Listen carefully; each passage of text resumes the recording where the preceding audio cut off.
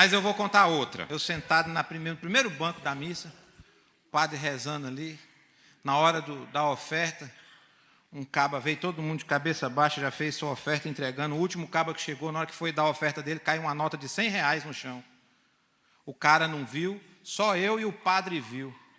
Eu olhei para o padre olhou para mim, e o pezão do padre em cima da nota aqui, ó.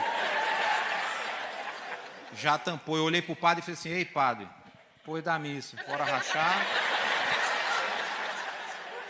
O padre olhou para mim e fez assim: Acabou a missa, eu dei a volta lá por trás e falei: ei, padre, meus 50 aí. Ele falou: 50 do quê, seu viado?